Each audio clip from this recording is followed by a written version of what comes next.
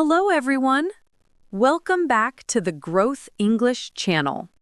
I'm Jannie, your host, and today we have a beautiful episode about something we all have every single day: feelings. And I'm David. Happy to be here again. Today, we're teaching you how to talk about your feelings in English. Not just the basic ones like happy and sad, but also deeper feelings, more specific emotions, and how to express them naturally in conversation.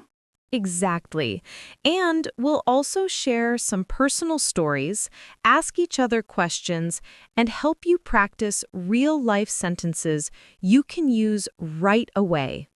So, grab your tea, coffee, or your notebook, and let's dive into something we all experience, but sometimes struggle to express. David, why do you think learning how to talk about feelings is so important when learning English? Because feelings are everywhere. In relationships, at work, at school, in friendships. If you can't express how you feel, communication becomes difficult. Imagine wanting to say, "I'm frustrated," but you only know, "I'm sad." Right? It changes everything. Feelings help people understand you better. For example, if I say, I'm disappointed, you know something didn't go the way I expected. Or if you say, "I'm overwhelmed," it means you have too many things happening at the same time. Exactly. So today we're giving you vocabulary, phrases, and sentences that will make you sound natural and confident. Let's start simple. Jannie, how do you usually express happiness? I say things like, I feel great today.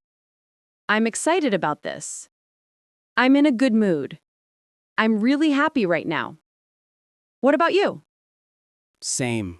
And sometimes I say, I feel motivated, or I'm proud of myself. Those are also types of happiness. What about sadness? How do we express that?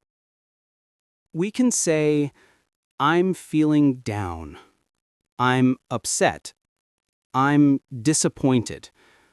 I feel a bit low today. Yes. And for anger? You can say, I'm annoyed. I'm frustrated. I'm angry about what happened. I'm irritated right now. And remember, emotions have different levels. Annoyed is small. Angry is bigger. Furious is very strong. Let's make this real.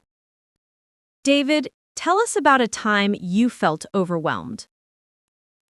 Oh, yeah. I remember last year. I was working during the day and studying at night.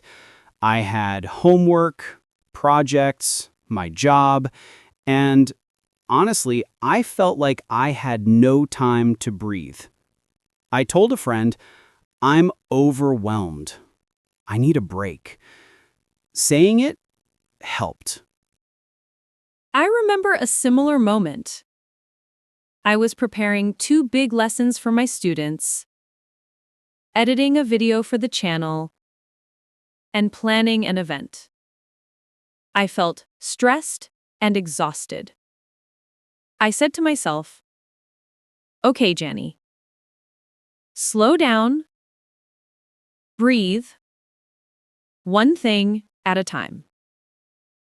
And you know what's beautiful? When you express your feelings, people can help you. Yes. Sometimes saying, I feel anxious or I'm nervous about this. Open space for support. All right, listeners, let's practice together. I'm going to say a situation and you think about the feeling. I'll help too. Ready? Scenario 1. You studied hard for a test, but the results were not good. What feeling is that? Probably disappointed or frustrated. Scenario 2. You receive great news about a job. Feeling? Maybe excited or happy or proud. Scenario 3. You had a long week.